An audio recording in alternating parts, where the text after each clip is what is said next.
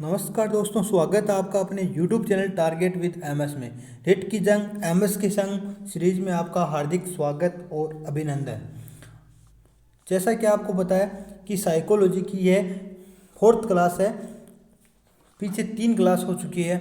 अगर आपने वो नहीं देखी है तो आप देख सकते हैं। ये 500 इम्पोर्टेंट क्वेश्चन है जो रिट में, सी टेट में, एस टेट में, पंजाब टेट में, यूपी टेट में, यू टेट में, इसके अलावा छत्तीसगढ़ टेट में, डीएसएसबी, केवीएस, विभिन्न प्रतियोगी परीक्षाओं में जो महत्वपूर्ण प्रश्न पूछे गए हैं उनका 500 क्वेश्चन की ये सीरीज है और इसकी आज 4th क्लास है।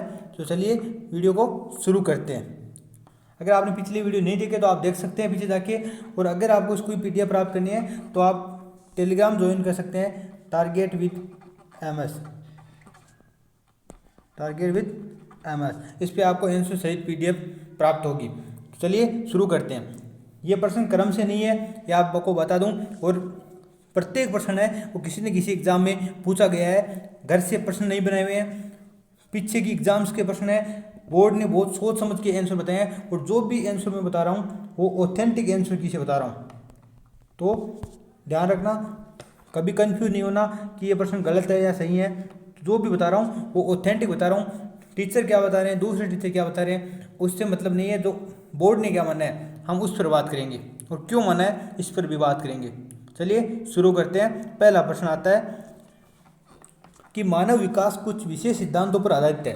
निम्नलिखित में से कौन सा मानव विकास का सिद्धांत नहीं है।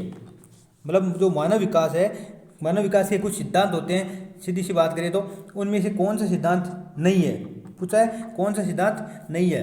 पहला ऑप्शन है निरंतरता, प्रतिवर्ती, अनुक्रमिकता, सामान्य से विशिष्ट। तो मानव विकास सामान्य से विशिष्ट होता है, अनुक्रमिक होता है मतलब एक क्रम से होता है और निरंतर चलता रहता है। जबकि प्रतिवर्ती का मतलब होता है रिवर्स। और जबकि मानव विकास कभी भी रिवर्स नहीं होता, बैकवर्ड नहीं चलता, पश्चगामी नहीं होता। शब्द आ सकते हैं, प्रतिवर्ती आ सकता है, पश्चगामी आ सकता है, बैकवर्ड आ सकता है, रिवर्सेबल आ सकता है और उत्क्रमणीय आ सकता है। ऐसे शब्द आए तो आप मान के चलिए वो आंसर मानव विकास का सिद्धांत नहीं है। तो इसका सही आंसर क्या हो गया, बी। नेक्स्ट प्रश्न है, बाल्यावस्था होती है 21 वर्ष तक, 5 वर्ष तक, 12 वर्ष तक, कोई भी नहीं। तो सामान्य सा प्रश्न है कि जो बाल्यावस्था है वो होती है। तो बाल्यावस्था का यहाँ मतलब होता है उत्तर बाल्यावस्था से, या दोनों पूर्व बाल्यावस्था और बाल्यावस्था को, उत्तर बाल्यावस्था को सम्मिलित करके बात की जाए तो वो होती है 6 से 12 वर्ष तक। तो इसका सही आंसर क्या हो गया, सी, 6 से 12 वर्ष। सही आंसर क्या हो गया, सी। नेक्स्ट प्रश्न है, विकास में वृद्धि से तात्पर्य है। देखो विकास में अगर बात करें विकास की तो उसमें वृद्धि से क्या तात्पर्य है, पूछा क्या है, वृद्धि से क्या तात्पर्य है। तो आकार में, सोच में, समझ में, कौशलों में वृद्धि, वजन में वृद्धि, ज्ञान में वृद्धि, संवेग में वृद्धि। तो जो आकार, सोच, समझ, कौशल में वृद्धि होती है ये विकास से संबंधित होती है। किससे संबंधित होती है, विकास से। ज्ञान में वृद्धि है यह भी विकास से संबंधित होती है। संवेग में वृद्धि है यह भी विकास से संबंधित होती है। तो पूछा क्या है, विकास में वृद्धि से क्या तात्पर्य है, मतलब वृद्धि से संबंधित ऑप्शन छांटना आपको। तो वृद्धि होती है वो वजन में वृद्धि है, ये वृद्धि से संबंधित होती है। मतलब यहाँ विकास की बात नहीं की है, विकास में वृद्धि। वृद्धि का मतलब क्या हो गया, वृद्धि का मतलब हो गया जो वजन में वृद्धि है, लंबाई में बढ़ना, वजन का बढ़ना, ये सब क्या है, वजन में वृद्धि है। तो इसका सही आंसर हो गया बी। नेक्स्ट आंसर है, शेष अवस्था की मुख्य विशेषता क्या नहीं है।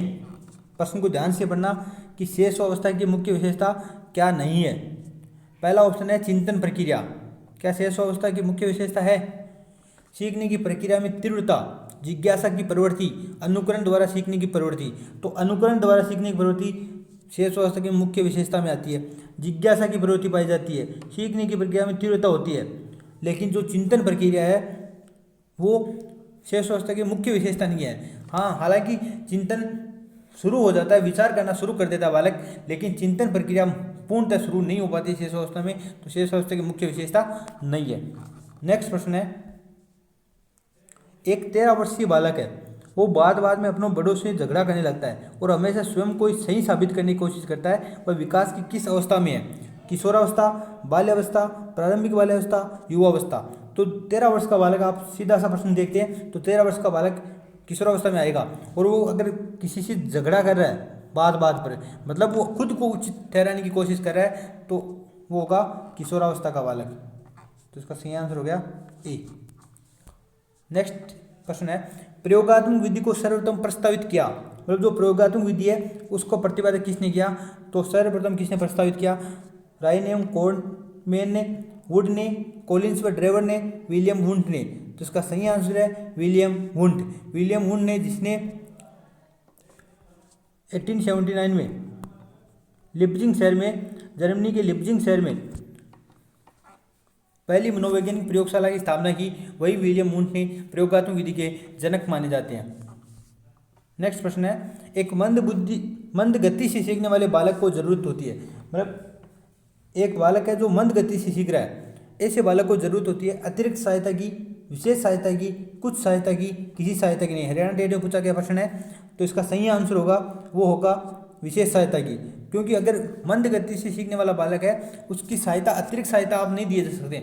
मतलब अतिरिक्त सहायता का मतलब हो गया जो सहायता दी जा रही है वही सहायता आप देते जाए, वो हो गया अतिरिक्त सहायता। और विशेष सहायता की मतलब जिस कि में उसकी गति धीमी है या जो मंद गति से सीखने वाला बालक है उसमें जो भी उसको सहायता है उसके लिए, मतलब जो विशेष सहायता की आवश्यकता उसे वही सहायता दी जाए, तो वो होगा मंद गति सीखने वाले की ये जरूरत है बी।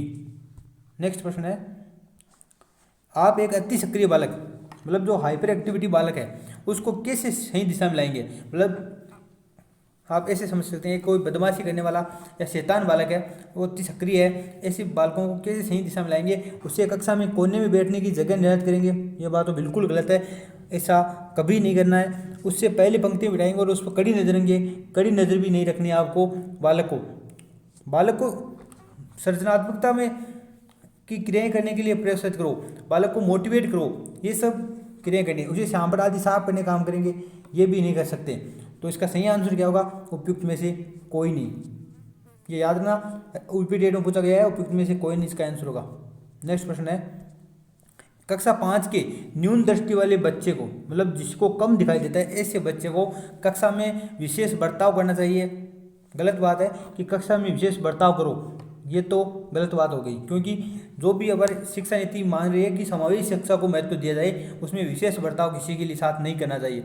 निम्न स्तर के कार्य के लिए माफ़ करना उचित है, मतलब जो निम्न स्तर का कार्य है उसके लिए माफ़ कर दो, ये भी गलत बात हो गई। क्योंकि भेदभाव तो करना ही नहीं है, कक्षा में सामान्य रूप से बर्ताव करो, सही बात है। ऑडियो सीडी के जरिए सहायता प्रदान करो, यह सही बात है। क्योंकि निम्न दृष्टि है, कम दिखाई दे रहा है उसे, तो उसको श्रवण माध्यम, जितने भी श्रवण स्रोत है उनके माध्यम से शिक्षा दी जानी चाहिए। तो इसका सही आंसर हो गया सी, कि कक्षा में उसे सामान्य व्यक्तियों की तरह बर्ताव करो और ऑडियो सीडी की सहायता से करो। उसके दैनिक कार्य में उसके माता पिता मित्रों को सहायता करनी चाहिए, तो इसमें से बेटर ऑप्शन है वो है सी। नेक्स्ट प्रश्न है, भारतीय संविधान के अनुच्छेद 41 व 46 किसके कल्याण से संबंधित है? धार्मिक रूप से पिछड़े व्यक्तियों के, विकलांग व्यक्तियों से, क्षेत्रीय रूप से पिछड़े व्यक्तियों से, आर्थिक रूप से पिछड़े व्यक्तियों से। तो जो भारतीय संविधान में अनुच्छेद 41 एंड 46, 41 एंड 46 ये दोनों है वो आर्थिक रूप से पिछड़े व्यक्तियों के लिए या बच्चों के लिए बनाए गए हैं। जो 41 व 46 है वो दोनों को अगर बात की जाए, तो अगर 41 की बात की तो उसमें विकलांग व्यक्तियों को शामिल किया गया है, लेकिन अगर दोनों की रूप से बात की जाए तो आर्थिक रूप से पिछड़े व्यक्तियों को शामिल किया गया है। नेक्स्ट प्रश्न है, यदि एक बच्चा 16 को 61 लिख रहा है, बी को डी लिख रहा है, उसके मध्य अंतर नहीं कर पा रहा, तो यह है, मतलब 16 का 61 में अंतर नहीं कर पा रहा, बी को डी में अंतर नहीं कर पा रहा, या ऐसा आ सकता है कि इनको नहीं लिख पा रहा, तो ऐसा क्या है? उसमें दोष, मानसिक दोष है, दृष्टि दोष है, मानसिक सही है, सीखने में असक्षम है। तो इसका सही आंसर है लर्निंग डिसेबिलिटी, सीखने में असक्षम, मतलब उसके वो बालक अधिगम असक्षमता, उसमें लर्निंग डिसेबिलिटी है। और इस लर्निंग डिसेबिलिटी का नाम क्या है? तो वो है डिसलेक्सिया, पठन वैकल्य, ये डिसलेक्सिया के अंतर्गत आएगा।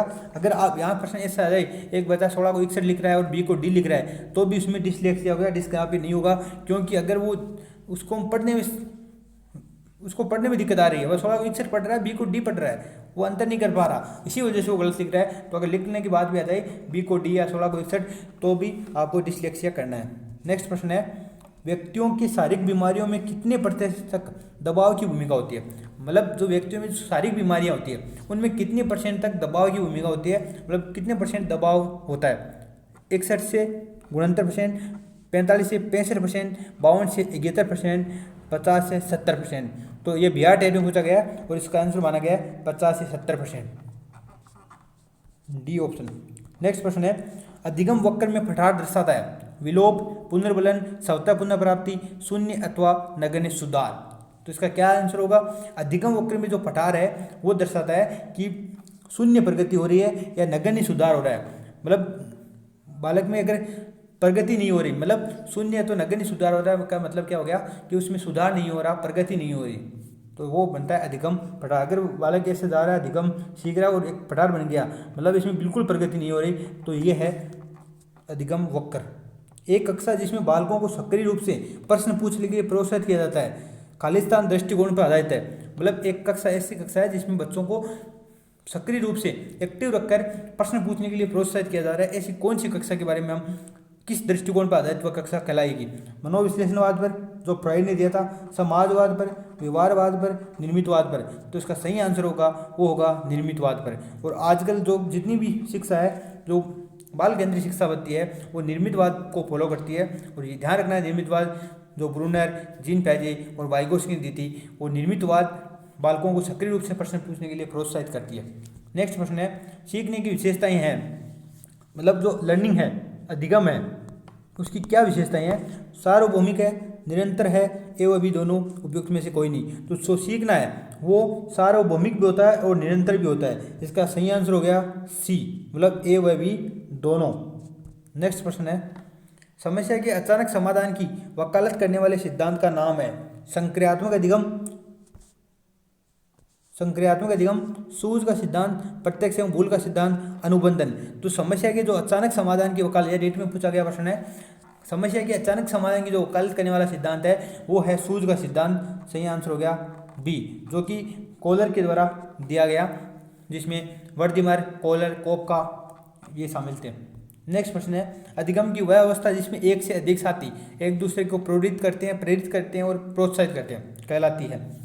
देखना, प्रश्न को गौर से समझना कि अधिगम की वह अवस्था, सीखने की वह अवस्था जिसमें एक से अधिक साथी, साथी का मतलब यहाँ अध्यापकों की बात नहीं हो रही, यहाँ बात हो रही है लर्नर, जो सीखने अधिगम करता है, जो सीखने वाले हैं, जो विद्यार्थी है कक्षा में, उनके बारे में बात की जा रही है। तो अगर दो या दो से अधिक बच्चे एक साथ सीख रहे हैं, सहयोग करते हुए सीख रहे हैं, तो वो कहलाता है सहयोगी अधिगम। तो इसका सही आंसर हो गया सी।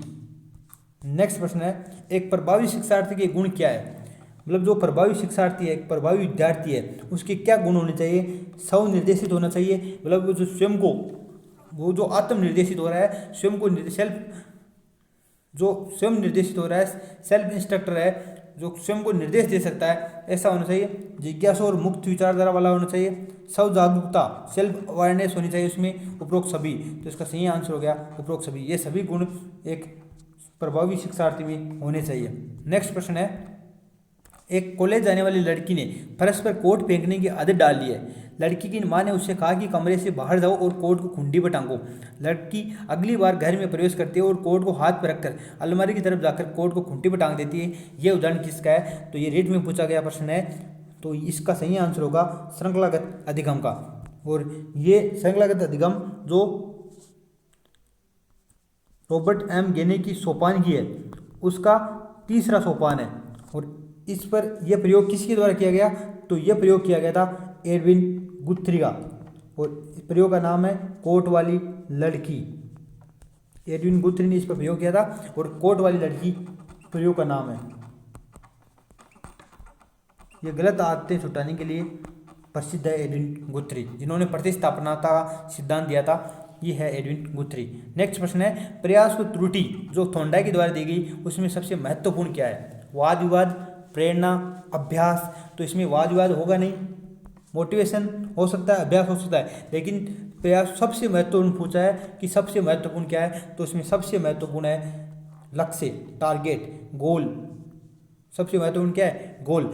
आपने पढ़ा होगा कि जो प्रयास व त्रुटि, उसका नाम है उद्दीपन अनुक्रिया सिद्धांत। और उद्दीपन अनुक्रिया, लक्ष्य का मतलब हो गया उद्दीपन। और अगर उसको मछली का टुकड़ा, जैसे प्रयोग में मछली का टुकड़ा नहीं दिखा देगा तो वो क्रिया नहीं करेगा। इसका मतलब जो टारगेट नहीं दिखा देगा उसको टारगेट इंपॉर्टेंट है, महत्वपूर्ण क्या है? टारगेट, या इसको उद्दीपन भी बोल सकते हैं आप। नेक्स्ट प्रश्न है, ये होते हैं आपके आज के 20 प्रश्न पूरे।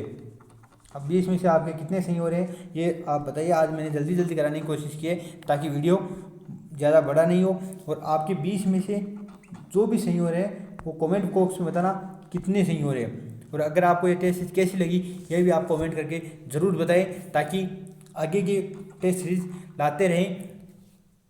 धन्यवाद। आज के लिए इतना ही।